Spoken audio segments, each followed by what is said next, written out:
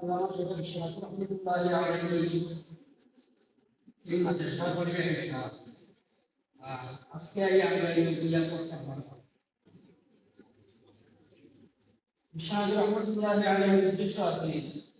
এটা মাদ্রাসা থেকে শুনিয়া বাচ্চাদের বাচ্চারা দেরি গেলে কারণ আমরা শুনিয়া বাচ্চাদের দেরি তিনি কাজে আইছো কিন্তু মেহনত করো তুমি যেন দাম নিয়ে পুরানোর মধ্যে যারা সম্পর্ক রাখে তারা দাম নিয়ে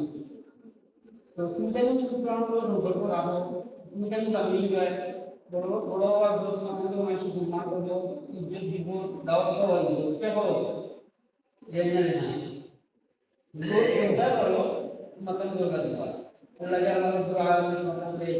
না চাই যে তোমরা মনে করো